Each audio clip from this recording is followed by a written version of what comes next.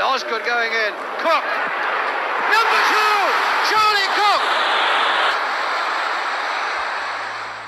He didn't lift the badge. He didn't play to the crowd. He didn't chase the cameras. Charlie Cooke. He glided past defenders, past the noise, past the need to be seen. He didn't dive. He didn't snarl. He just kept showing up while others played for the headlines. 12 years at Chelsea, across 2 spells. From glory to crisis, he stayed. 373 games, 2 Player of the Year awards, an FA Cup, a Cup Winners' Cup. And when the medals came, he didn't shout. He didn't pose, he just walked away. No statue, no tribute, no chant, not even a mention in the club shop. The game moved on, the names changed, and the magician faded. But not here, not now. Because Charlie Cooke didn't need fame. He needed only one thing: to be remembered right. Say it now, before the silence becomes permanent. Subscribe if you believe football should honor the ones who gave everything and asked for nothing. He was born on October 14th, 1942. St. Monans, Fife. A fishing village with sharp winds and tighter streets. Charlie Cooke, no spotlight, no shortcut.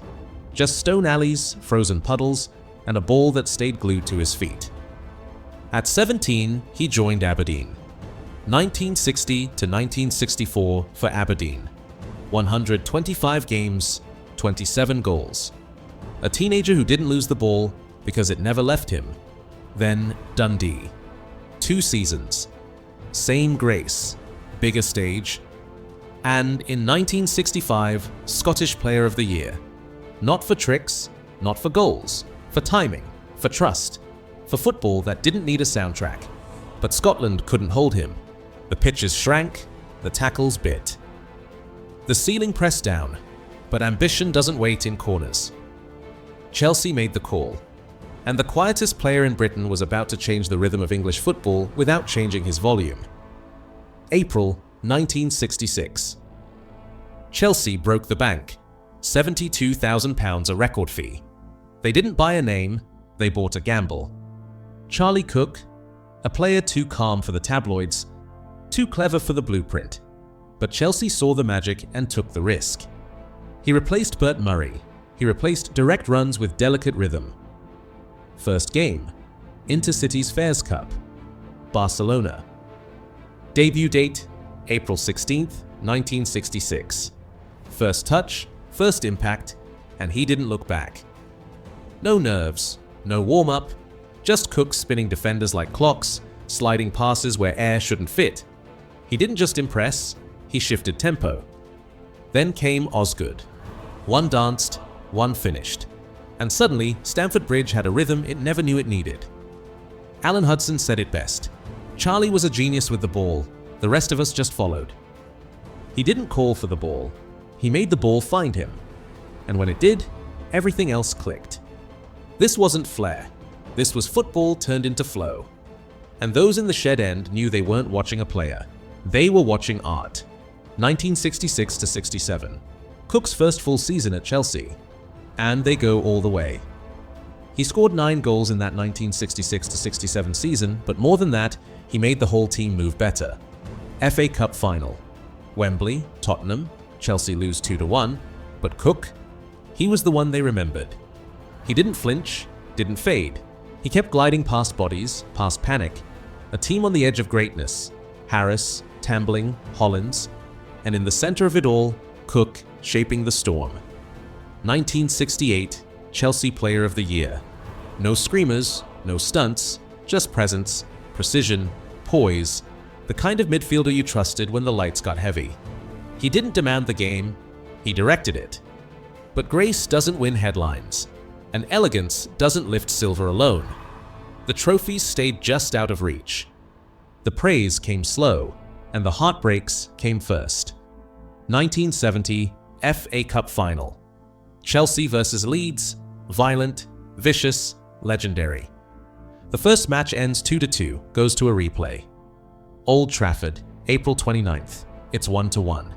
Cooke takes the ball, slides through the chaos, chips it, Osgood dives, goal, Chelsea equalize, they win in extra time. First FA Cup in club history. And Cooke, he doesn't lift his arms, doesn't scream, he just walks off, exactly like he always did. 1971 Cup Winners' Cup. Real Madrid, 2 legs in Athens, one of the great Chelsea triumphs. Cooke runs the show again. Keeps rhythm, keeps calm, lifts the trophy without asking to be seen. 1972 League Cup Final. Another assist. Again to Osgood, same pass, same silence. In 1972 he left Stamford Bridge for Crystal Palace. No drama, no farewell, just gone. He played 44 league games, gave them calm in midfield, gave them what he always gave without asking for more. But Chelsea broke. Fast. By 1974 they were crumbling. A club in crisis, and Cooke came back. No headlines, no rescue arc, just quiet loyalty. He didn't try to be a hero, he tried to help. They were relegated. He stayed. 1975 Chelsea Player of the Year. For the second time. But still no statue. No campaign, no brand, just boots. And brilliance. 1976 to 77. Promotion. They came back up, and Cooke, now older, slower, was still the one who made them breathe. After helping Chelsea return to the First Division, he stayed. Until 1978, he left Chelsea for the final time. No testimonial, no mural. His second goodbye was quieter than the first. From the club he gave a lifetime to. 1979 he crossed the Atlantic, to Los Angeles, to Memphis, to Calgary. Same feet, same rhythm. In LA, he turned dusty pitches into galleries showing America what football could dream to be. Then indoors, California Surf, Cleveland Force, Dallas Sidekicks. He finished there. Quietly. No cameras, no fanfare, just football. And Cooke gave it his all. He coached Memphis, coached Wichita, wore a whistle like he wore his boots without flash, but full of clarity. Then came his legacy off the pitch. In 1984, he helped launch Coerver coaching from the ground up. In 2013, FIFA officially recognized it as one of the most influential development models in football history. A method that changed the way kids learn the game. Touch, timing, rhythm. The drills Cooke helped shape still echo in training grounds worldwide. Every academy uses them. Few know where they came from. Because in exile, he planted something permanent. 373 games for Chelsea, 30 goals, 2-time Player of the Year, 16 caps for Scotland. From 1965 to 1975. He made his debut on April 21st, 1965 against Spain. No nerves, just rhythm. 10 years across a golden generation. He shared the stage with Law, Baxter, and Gregg, and never once looked out of place. Between them, Cooke, the quiet one. He didn't roar, he didn't rally, he brought control when everyone else brought fire. He wasn't a stat. He was the pass before the pass, the pause before the moment, the rhythm before the roar. His teammates said he could dribble in a phone box. Ron Harris called him the best dribbler he ever played with, and Harris wasn't one for flattery. He wrote a memoir, The Bonnie Prince. No spin, no bitterness, just the truth, told like he played calm, balanced, and sharp.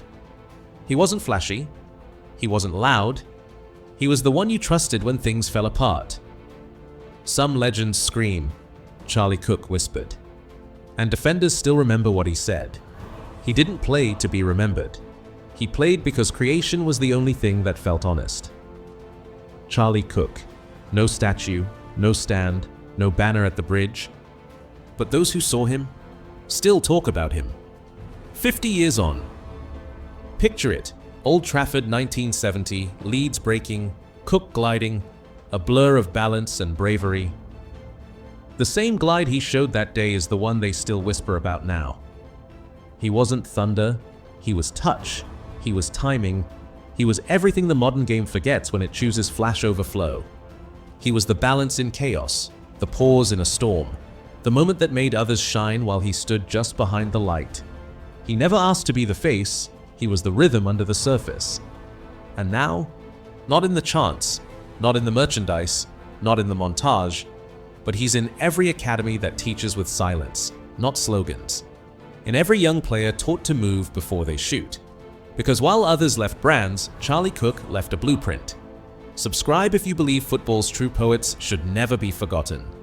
Charlie Cooke, the magician who gave everything and asked for nothing. And still the rhythm he gave the game hasn't stopped echoing.